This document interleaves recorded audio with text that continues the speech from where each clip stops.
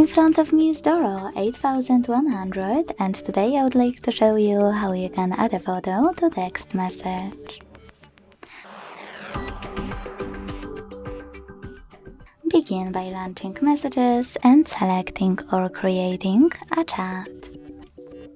Then use this icon of a camera and the photo at the bottom left corner. And tap on any photo you wish to add. If you can't find them here, select folder icon at the bottom right corner.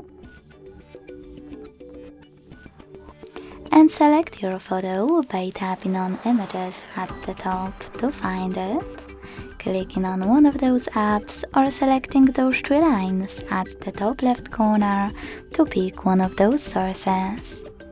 Either way, after locating your photo, just hold it and click on select at the top right corner to attach it.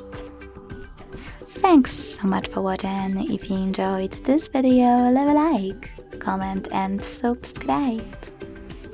Bye!